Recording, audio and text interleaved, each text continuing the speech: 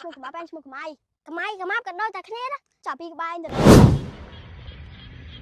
អើយ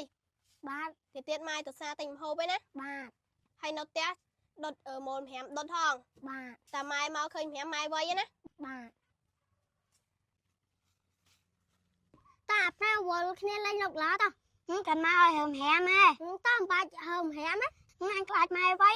ណាចាំបើគាត់វ័យយើងរត់ទៅណាតោះចឹង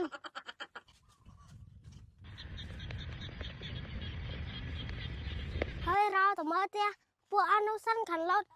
អត់នៅស្រួលអត់បានលេងលោកឡាទៀតណាឈុះ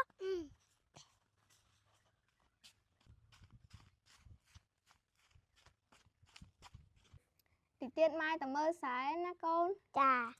ចាំម៉ែមកវិញចាំម៉ែទិញនំផ្ញើចា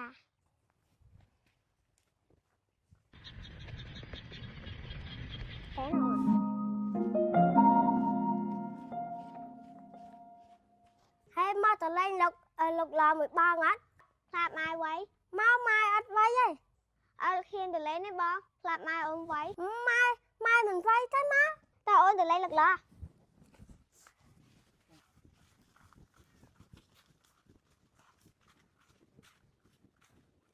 ឈប់ឥឡូវបងទៅហៅគ្នាលេងលោកឡាសិនណាចាបងឯងទៅហៅគ្នាអូននៅចាំពីអ្នកបងអូនហេប៉ាច់ម៉េចបានឈុតខ្លះណៅ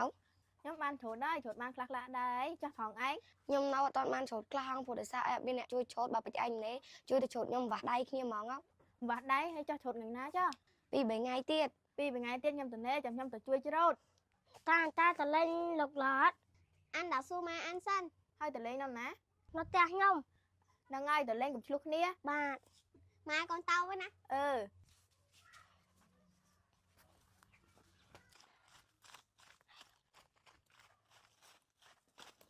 ហើយកម្មាប់អញមិនឈ្មោះកម្មាប់ឈ្មោះកម្មាយកម្មាប់ក៏ដូចតែគ្នាណាចាប់ពីក្បែរទៅណាថាមកវល់ឡើងនោះទៅលេងលោកឡាតែអញណាលេងមួយអ្នកគេខ្លះលេងមួយអ្នកតាយវិញណាតោះ